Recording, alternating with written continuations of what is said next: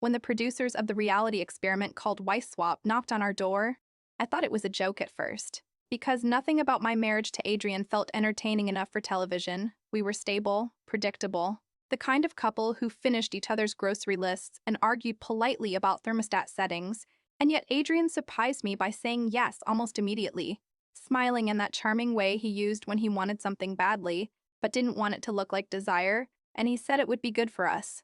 Good to shake things up, good to show the world how strong we were. And I agreed because I trusted him, and because part of me wondered what it would feel like to step outside the careful routine we had built over 12 years. The other couple chosen for the swap was dramatic from the beginning, loud and affectionate and unfiltered. And when I left to live in their home for 2 weeks while their wife, Sienna, moved into mine, I told myself it was only an experiment, only temporary. But the first crack in my certainty appeared on the third night when Sienna posted a photo online from my kitchen, wearing one of my aprons and laughing beside Adrian as if she had always belonged there, and the caption read, "Some homes are easier to settle into than others." And though the comment seemed harmless, something in Adrian's posture beside her, relaxed and unguarded, unsettled me in a way I couldn't name. Meanwhile, in the other house, I found myself observing more than participating, watching how the husband there flirted openly, how boundaries blurred under the excuse of the experiment. And I began to realize how performative everything was, how easily people adjusted their personalities when cameras were present.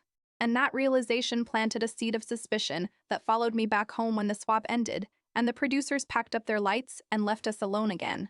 Adrian insisted the experience had strengthened us, but I noticed small changes afterward. Subtle differences in his routine, new phrases he used that sounded like Sienna's, new preferences in music and wine, and once, late at night, I caught him smiling at his phone in a way that felt too intimate for casual conversation.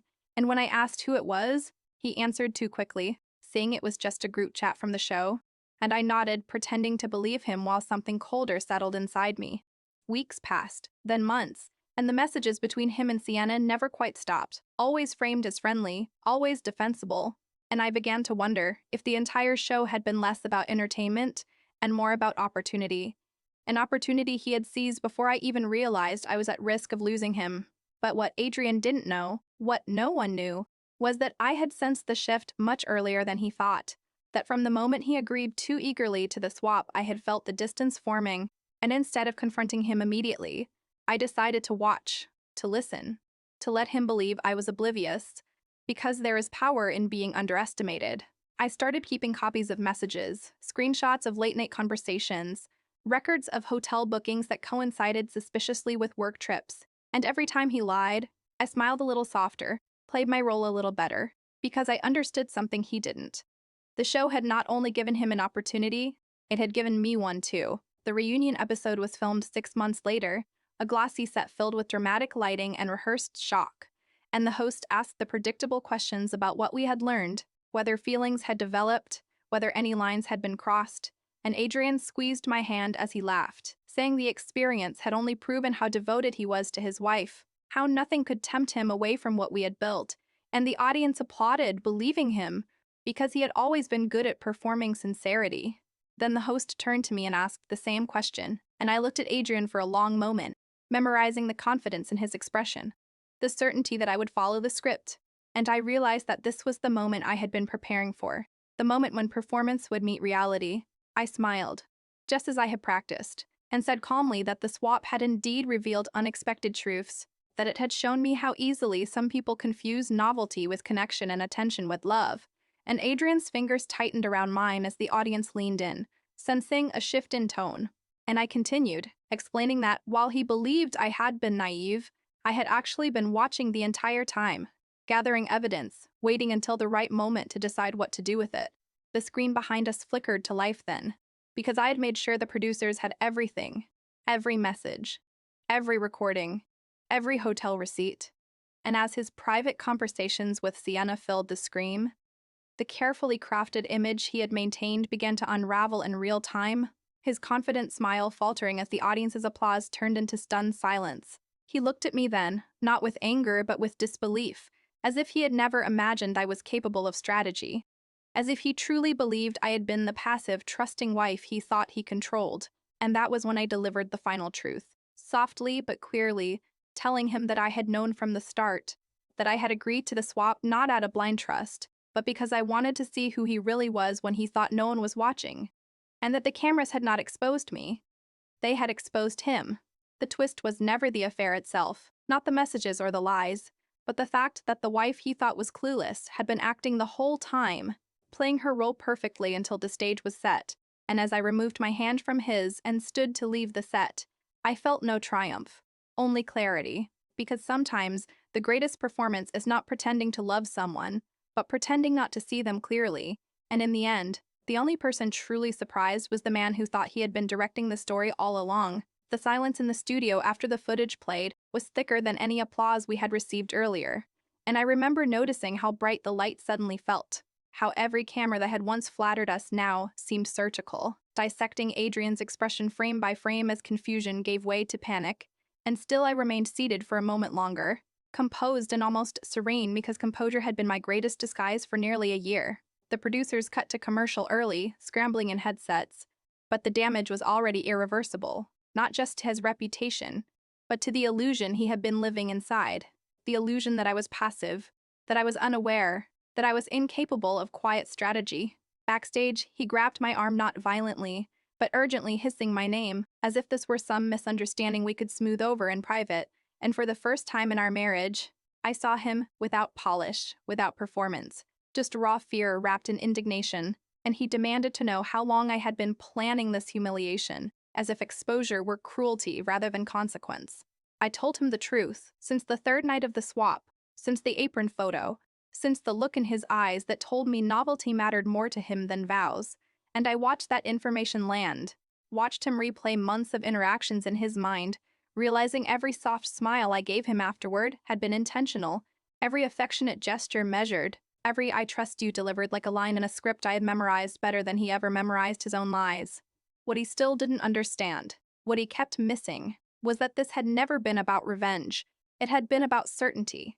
Because I refused to dismantle my life based on suspicion alone, I needed proof not only for a courtroom or a television audience, but for myself, so that when I walked away, I would never question whether I had overreacted or imagined betrayal where there was none.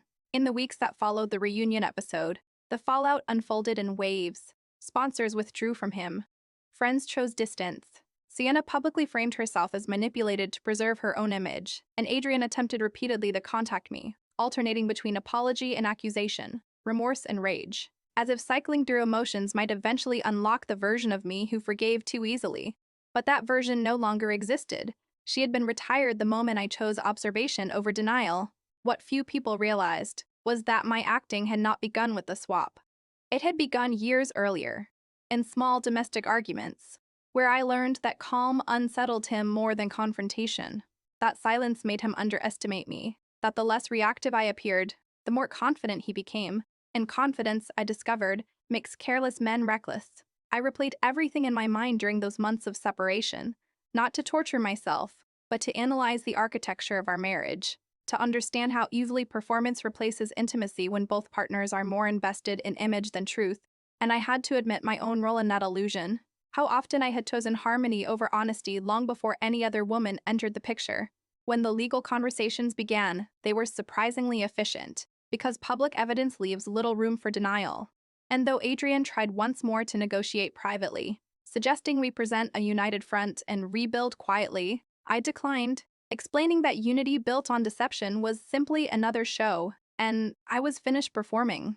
The strangest part of the aftermath was the public reaction. Strangers online praising my composure, calling me strategic, iconic, fearless, when in reality I had spent many nights shaking alone in hotel rooms before the reunion episode aired, doubting whether exposure would liberate me or simply entangle me in something uglier. And strength, I learned, is often just fear that decided to move forward anyway. Months later, when the noise settled and the headlines faded, I found myself in a smaller apartment with fewer shared memories and far less furniture, but more space than I had felt in years. And one evening, as I unpacked the last of my boxes, I caught my reflection in the window and realized something subtle but profound. I was no longer performing even for myself. The twist people loved to repeat was that I had been acting the whole time, that I had orchestrated the reveal like a masterstroke. But the deeper twist was quieter and far more personal. Because the real performance had been the marriage itself, two people playing roles they thought would guarantee security. And when the camera stopped and the audience moved on, what remained was not scandal but clarity. And clarity is a lonely, powerful thing.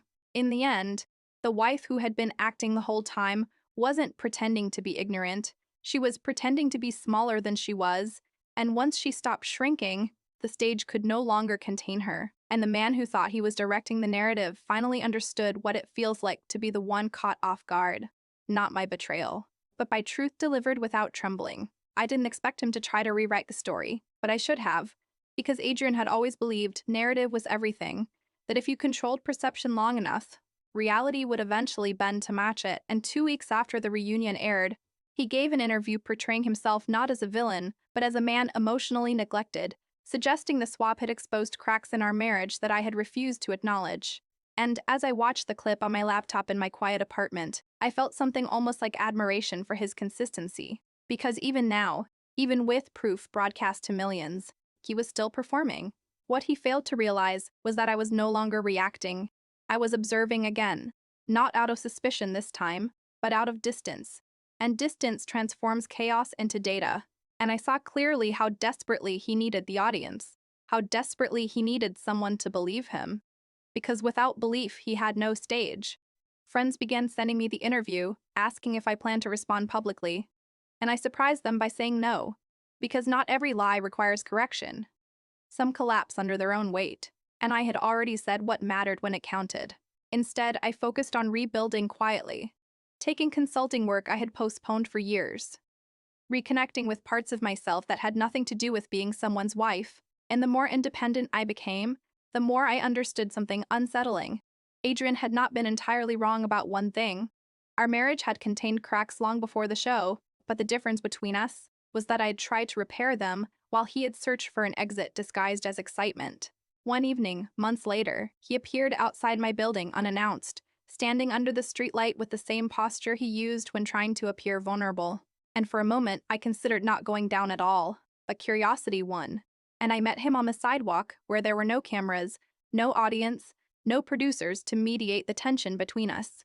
He looked smaller somehow, stripped of the confidence that once filled every room he entered, and he asked if I was happier now, not accusingly, but genuinely.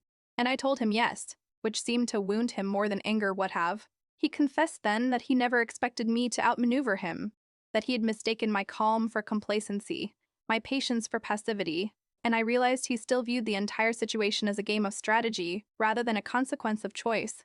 I taught them something I hadn't said publicly, something that had crystallized only after months alone. That the moment I began acting was not when I discovered the messages, but when I realized I had been performing the role of easy wife for years to maintain peace, and the swap had simply forced me to examine the script I'd been following, and once I saw it clearly, I couldn't continue reciting lines that diminished me. He asked if there had ever been a chance to save us, and I considered the question carefully, because honesty, real honesty, no longer frightened me, and I answered that there might have been. Before the lies, before the defensiveness, before the assumption that I would never leave. But the moment he believed I lacked the courage to walk away was the moment he stopped respecting me. And love cannot survive where respect quietly dies. We stood there in silence after that, the city humming around us, and I felt no hatred, no lingering desire for revenge, only a calm detachment that felt like closure. And when he finally said goodbye, it sounded less like a performance and more like surrender. As I walked back upstairs, I understood that the true twist in our story wasn't the public exposure or the carefully timed reveal. It was the transformation that happened long before anyone else noticed. The shift from reacting to choosing, from enduring to deciding, and in that transformation, I stopped being a character in someone else's narrative and became the author of my own. Months later, when people still occasionally recognized me from the show and asked how I managed to stay so composed, I would smile and tell them the simplest version of the truth. That sometimes the strongest move isn't the dramatic one, it's the quiet decision to stop pretending. Because once you stop acting for someone else's comfort, the ending writes itself. And the woman who was acting the whole time finally steps off stage, not to take a bow, but to live without a script at all. A year after the reunion episode, the world had largely forgotten our scandal, replaced it with newer betrayals and fresher drama. And that anonymity felt like the final gift the experience gave me. Because healing rarely thrives under a spotlight. I had moved again, this time not to escape, but to choose. A small coastal town where mornings smelled like salt and possibility, and I built routines that belonged entirely to me, early runs along the water, work that challenged me, friendships formed without performance or pretense. And slowly, the woman who once measured her reactions for strategic effect no longer needed to calculate anything at all. Sometimes, on quiet evenings, I would think back to the night of the reveal, the flicker of the studio lights, Adrian's stunned expression, the audience holding its breath. And I understood now that while the world saw that moment as the climax, it was never the true ending.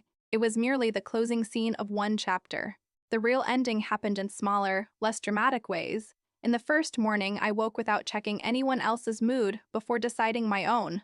In the first conversation where I spoke honestly without fear of rocking an imaginary boat. In the first time I made a decision that didn't require strategy. Adrian sent one last email months ago, not to reconcile but to acknowledge, writing that he finally understood how often he had mistaken my grace for weakness. And I replied with a single sentence wishing him clarity, because clarity, I had learned, is both a gift and a reckoning. The irony of our story still makes me smile sometimes. He thought the twist was that I had outplayed him, that I had orchestrated a public unraveling with calculated precision. But the deeper truth, the final truth, was far less theatrical and far more human.